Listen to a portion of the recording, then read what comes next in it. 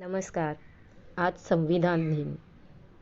भारताचे संविधान 26 नोव्हेंबर 1949 रोजी आपण अंगीकृत केले आणि त्यानुसार 26 जानेवारी 1950 पासून आपल्या प्रजासत्ताक राज्याची सुरुवात झाली. 2024-25 हे वर्ष संविधानाचे अमृत महोत्सवी वर्ष म्हणून आपण साजरे करीत आहोत.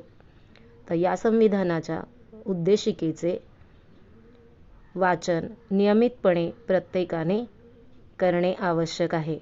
शाळेतील विद्यार्थी तर दररोज प्रतिज्ञेच्या वेळी याचे वाचन करतातच, पण घर घर संविधान या उपक्रमाअंतर्गत आपण संविधानाची उद्देशिके याचे वाचन पाहूया.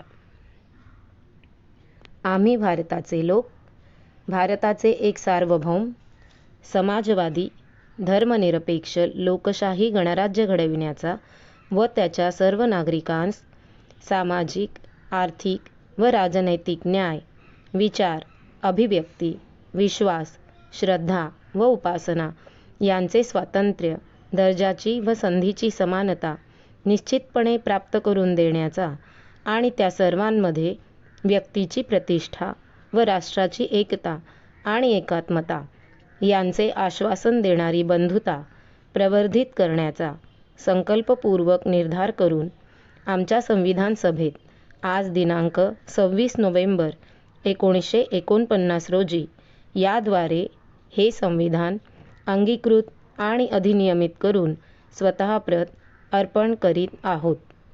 जय हिंद.